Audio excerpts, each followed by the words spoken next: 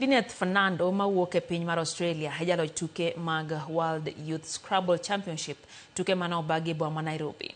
Tok rounds 24, Fernando nobedo jaloch e tugo mane jotugo adek komako kanyakla thuolo mokwongo gi points maromre. Jaloch higa 2025 Madhav Gopal Kamath mawuok e piny mar India notieko e thuolo mar 5.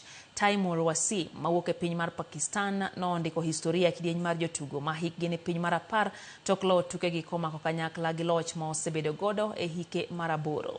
Rodoko ni Kenya nowuok gi lwetgi nono. Jotugo nopuo kit ikruok ma Kenya nokete kinde duto mane tuke godo dhi nyime.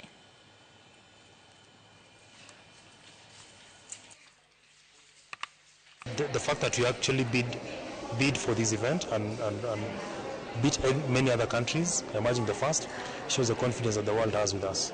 In a few hours, there's no time to rest. Our focus shifts straight to FIASA, Federation of East African Secondary Schools Association, which starts on Wednesday in Morogoro, Tanzania.